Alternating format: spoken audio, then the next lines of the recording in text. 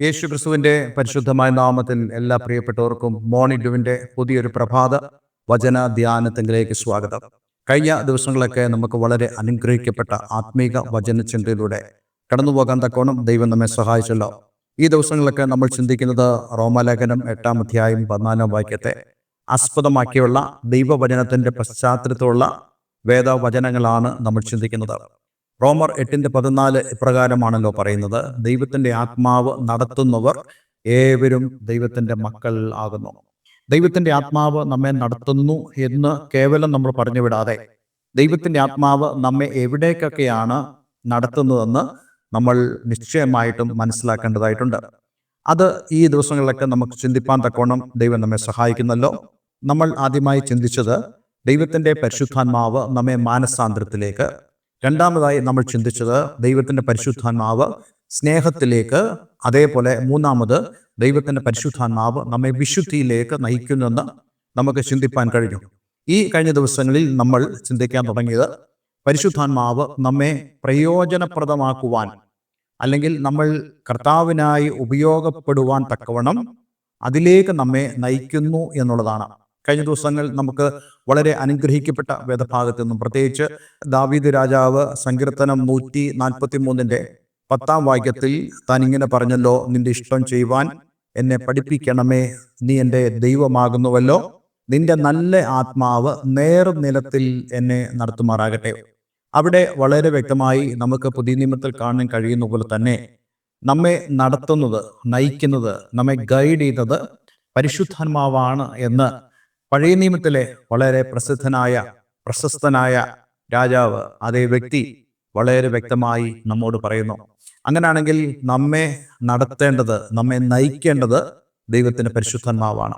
നോക്കൂ, ദൈവത്തിന്റെ പരിശുദ്ധാത്മാവ് എവിടേക്ക് ആണ് നമ്മെ നയിക്കുന്നു എന്നുള്ളതിൽ, പ്രത്യേകിച്ച് അവന് അല്ലെങ്കിൽ ദൈവത്തിന് പ്രയോജനപ്രദമാകുവാൻ തക്കവണ്ണം നയിക്കുന്നു എന്ന് പറയുമ്പോൾ തന്നെ ദൈവത്തിന്റെ ഇഷ്ടം ചെയ്യുന്നതിലേക്കാണ് ദൈവത്തിന്റെ ആത്മാവ് നമ്മെ നയിക്കുന്നത്.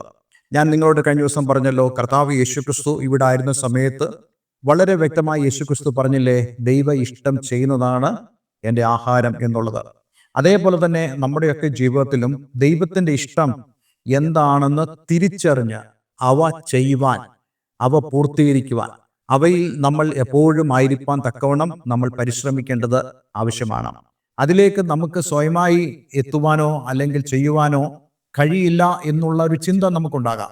പലപ്പോഴും ഈ ദൈവത്തിന്റെ ആത്മാവിൽ ആശ്രയിക്കാത്തതായ ആളുകൾ ഇങ്ങനെയുള്ള കാര്യങ്ങളെക്കുറിച്ച് ചിന്തിക്കുമ്പോൾ അവർ ചിന്തിക്കാറുണ്ട്, അല്ലെങ്കിൽ അവരൊരു നിഗമനത്തിലേക്ക് എത്താറുണ്ട്: എന്നെ കൊണ്ട് ഒന്നിനും കഴിയത്തില്ല, ഇതെനിക്ക് അസാധ്യമായ ഒരു കാര്യമാണ്. പക്ഷെ ദൈവത്തിന്റെ ആത്മാവ് നമ്മുടെ മേൽ വന്നു കഴിയുമ്പോൾ നമ്മളിൽ അതിനൊക്കെ വലിയൊരു മാറ്റം ഉണ്ടാകുവാനിടയായിത്തീരും. അതുകൊണ്ട് തന്നെ ആയിരിക്കണം കർത്താവ് യേശുക്രിസ്തു തൻ്റെ ശിഷ്യന്മാരോട് പറഞ്ഞത്, തൻ്റെ സ്വർഗാരോഹണത്തിന് ശേഷം അവരെല്ലാവരും തന്നെ യെരൂശലേമിൽ കാത്തിരിക്കണമെന്നോ, അതേ വാഗ്ദത്തത്തിൻ പരിശുദ്ധാത്മാവ് അവരുടെ മേൽ വന്ന് അവരെ അധികാരപ്പെടുത്തിന് ശേഷം മാത്രമേ പട്ടണത്തിന് വെളിയിലേക്ക് അവർ പോകാവൂന്ന് യേശു വളരെ കർശനമായ നിർദ്ദേശം കൊടുത്തു. അതായത് അവർ ഐക്യപ്പെടുന്നത് പരിശുദ്ധാത്മാവിനാലാണ്, അവരോട് കൂടി ഇരിക്കേണ്ടത് പരിശുദ്ധാത്മാവാണ്. എങ്കിൽ മാത്രമേ അവർക്ക് ദൈവത്തിന്റെ ആ ആത്മാവിന് ഇഷ്ടം ചെയ്യുവാൻ അവർക്ക് സാധ്യമാവുകയുള്ളൂ. ഇന്ന് ഞാൻ നിങ്ങളോട് സംസാരിക്കാൻ ആഗ്രഹിക്കുന്ന വേദഭാഗം യോഹന്നാന്റെ സുവിശേഷം 14-ാം അധ്യായം അതിന്റെ 25-26 വാക്യങ്ങളാണ്. അല്പം സവിസ്തരമായി തന്നെ ചിന്തിക്കേണ്ട ഒരു വിഷയമാണ്. ഏതെങ്കിലും കാരണവശാൽ നമുക്കിത് പൂർത്തീകരിക്കാൻ കഴിഞ്ഞില്ലെങ്കിൽ അടുത്ത ദിവസത്തെ പ്രഭാത വചന ധ്യാനത്തെങ്കിൽ നമ്മൾ ഈ സന്ദേശം ബാക്കിയായിട്ട് ചിന്തിക്കുന്നതാണ്. നമ്മളിങ്ങനെ വായിക്കുന്നു, യോഹന്നാന്റെ സുവിശേഷം 14-ാം അധ്യായം 25-ാമത്തെ വാക്യം: ഞാൻ നിങ്ങളോടുകൂടെ വസിക്കുമ്പോൾ ഇത് നിങ്ങളോട് സംസാരിച്ചിരിക്കുന്നു, എങ്കിലും പിതാവ് എൻ്റെ നാമത്തിൽ അയപ്പാനുള്ള പരിശുദ്ധാത്മാവ് എന്ന കാര്യസ്ഥൻ നിങ്ങൾക്ക് സകലവും ഉപദേശിച്ചു തരികയും ഞാൻ നിങ്ങളോട് പറഞ്ഞതൊക്കെയും നിങ്ങളെ ഓർമ്മപ്പെടുത്തുകയും ചെയ്യും. റിമൈൻഡിങ് സ്പിരിറ്റ് എന്നാണ് ഇവിടെ കർത്താവ് യേശുക്രിസ്തു വളരെ വ്യക്തമായി നമ്മോട് പറയുന്നത്. നോക്കൂ, കർത്താവ് യേശുക്രിസ്തു ഈ ഒരു കാര്യം പറയുന്നത് കർത്താവ് യേശുക്രിസ്തുവിന്റെ ക്രൂശീകരണത്തിന് ഏതാനും ചില ദിവസങ്ങൾക്ക് മുമ്പ് മാത്രമാണ്. യേശുക്രിസ്തുവിന്റെ സംസാരത്തിലൂടെ തന്നെ ശിഷ്യന്മാർക്ക് ഒരു കാര്യം ബോധ്യപ്പെട്ടു: യേശു എവിടെയോ പോവുകയാണ്. അവൻ പോകുന്ന വഴിയെക്കുറിച്ച് വേണ്ടവണ്ണം നിശ്ചയമില്ലാതിരുന്ന ഈ ശിഷ്യന്മാർ വളരെയധികം ചിന്താകുലരായി തീർന്നു. അവരുടെ മനസ്സ് കലങ്ങി. അതുകൊണ്ട് തന്നെയാണ് അതിൻ്റെ ആദ്യ ഭാഗങ്ങളിൽ യേശു പറയുന്നത്, നിങ്ങളുടെ ഹൃദയം കലങ്ങി പോകരുത് എന്ന് പറഞ്ഞിട്ട് തന്നിൽ വിശ്വസിക്കേണ്ടതിൻ്റെ, അതേപോലെ തന്നെ തന്നിൽ ആശ്രയിക്കേണ്ടതിൻ്റെയും പ്രാധാന്യത യേശു വളരെ വ്യക്തമായി ചൂണ്ടിക്കാണിക്കുന്നു. അങ്ങനെ ചൂണ്ടിക്കാണിച്ചു വരുമ്പോൾ യേശു ക്രിസ്തു തനിക്ക് പകരമായി, അല്ലെങ്കിൽ താൻ ഡെസിഗ്നേറ്റ് ചെയ്യുന്ന, താൻ ഡെലിഗേറ്റ് ചെയ്യുന്നതായ മറ്റൊരു ദൈവിക ആളത്വത്തെക്കുറിച്ച് യേശു ക്രിസ്തു അവരെ പരിചയപ്പെടുത്തുകയാണ്. ഞാൻ ഈ ഒരു വേദഭാഗം വായിച്ചപ്പോൾ എനിക്കൊരു കാര്യം ബോധ്യമായി തീർന്നു. യേശു തനിക്ക് പകരമായി ഒരാളെ അവർക്ക് കൊടുക്കുമ്പോൾ ഒരിക്കലും യേശു ക്രിസ്തുവിൻ്റെ സ്വഭാവത്തിൽ നിന്നോ അവൻ്റെ പ്രകൃതത്തിൽ നിന്നോ വ്യത്യസ്തനായ ഒരാളെ ഒരിക്കലും കൊടുക്കില്ല. നമ്മൾ ആ ഒരു കാര്യമാണ് പരിശുദ്ധാത്മാവിനെ കുറിച്ച് മനസ്സിലാക്കേണ്ടത്. നമ്മുടെ കണ്ണുകൊണ്ട് നമുക്ക് പരിശുദ്ധാത്മാവിനെ കാണാൻ കഴിയത്തില്ലെങ്കിലും നമുക്ക് ഒരു കാര്യം ഉറപ്പാക്കാം, യേശു ക്രിസ്തുവിനെ പോലെ തന്നെയുള്ള സ്വഭാവവും അതേ പ്രകൃതവുമുള്ളതായ ഒരു ആത്മീയ വ്യക്തിത്വമാണ് ദൈവത്തിൻ്റെ പരിശുദ്ധാത്മാവ്. പലപ്പോഴും പലരും പരിശുദ്ധാത്മാവിനെ അവഗണിക്കാറുണ്ട്, ബിക്കോസ് അവർക്ക് അതിനെ കാണാൻ കഴിയുന്നില്ല. നിങ്ങൾ എവിടെയെങ്കിലും പരിശുദ്ധാത്മാവിൻ്റെ ഒരു ചിത്രം എന്ന് പറയുന്ന ഒരു ചിത്രം കണ്ടിട്ടുണ്ടോ? ഒരുപക്ഷെ യേശു എന്നുള്ള ആ ഒരു വ്യക്തിയുടെ ചിത്രമാണ് എന്ന് വിശ്വസിക്കേണ്ടതിന് വേണ്ടിയുള്ള ചിത്രങ്ങൾ നിങ്ങൾ കണ്ടു കാണും. പക്ഷേ ഒരിക്കലും പരിശുദ്ധാത്മാവിൻ്റെ ചിത്രം നമ്മളിതുവരെ കണ്ടിട്ടില്ല. കാരണം പരിശുദ്ധാത്മാവിനെ നമുക്ക് കാണാൻ കഴിയത്തില്ല. പരിശുദ്ധാത്മാവിനെ ഭാവനയിൽ പോലും നമുക്ക് കാണാൻ കഴിയത്തില്ല. എന്നാൽ പരിശുദ്ധാത്മാവിനെ നമുക്ക് വിശ്വസിക്കുവാനും പരിശുദ്ധാത്മാവിനെ നമുക്ക് അനുസരിക്കുവാനും പരിശുദ്ധാത്മാവിൻ്റെ നമ്മളോടുള്ള ആ ഇടപെടലിൽ കൂടെ പരിശുദ്ധാത്മാവിൻ്റെ ആ ഒരു നമ്മോടുള്ള പ്രതികരണം, നമ്മളുമായിട്ടുള്ള ഇടപഴകൽ, ഇതിലൂടെ പരിശുദ്ധാത്മാവിൻ്റെ നേച്ചർ നമുക്ക് മനസ്സിലാക്കാൻ സാധിക്കും.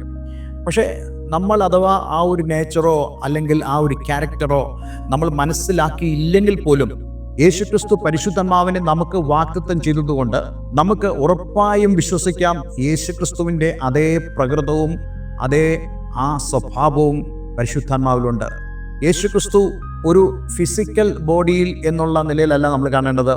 യേശുക്രിസ്തുവിനെ ഒരു സ്പിരിറ്റായി, അതേ അവൻ ദൈവം തന്നെയാണല്ലോ, അതേ മനുഷ്യനോടുള്ള ബന്ധത്തിൽ അവൻ്റെ അതേ പ്രകൃതം, യേശുക്രിസ്തു ഫിസിക്കലി ശാരീരികമായി ഈ ഭൂമിയിലുണ്ടായിരുന്ന അതേ പ്രകൃതവും അതേ സ്വഭാവവുമാണ് പരിശുദ്ധാത്മാവിനുള്ളത്. അങ്ങനെയാണെങ്കിൽ യേശുക്രിസ്തുവിൽ നിന്ന് എന്തൊക്കെയാണോ ഈ ശിഷ്യഗണങ്ങൾക്ക് ലഭിച്ചത്, അതുതന്നെ പരിശുദ്ധാത്മാവ് നമ്മളിൽ ഇന്ന് ചെയ്യുവാൻ ആഗ്രഹിക്കുന്നു. യേശുക്രിസ്തു അവരോടുകൂടെ ഇരിക്കുമ്പോൾ അതേ അവർക്ക് ഒരു ആശ്വാസപ്രദനായിരുന്നു. അവരുടെ ജീവിതത്തിൻ്റെ ഉത്കണ്ഠയുടെ മേഖലകളിൽ പോലും, വളരെ ആകാംക്ഷയുടെ മേഖലകളിൽ പോലും, ഭാവിയെക്കുറിച്ചുള്ള അവരുടെ ആകുലതകളുടെ നടുവിൽ പോലും യേശുക്രിസ്തു അതിനെല്ലാം ഒരു പരിഹാരവും ഒരു ഉത്തരമായി അവർക്ക് നിന്നതുപോലെ പരിശുദ്ധാത്മാവ് നമ്മുടെ മുമ്പിൽ, അതേ യേശുക്രിസ്തു അവനെ നമുക്ക് നൽകിയതെങ്കിൽ തീർച്ചയായിട്ടും അതേ പ്രകൃതവും അതേ സ്വഭാവവും നമുക്കവിടെ കാണാൻ സാധിക്കും.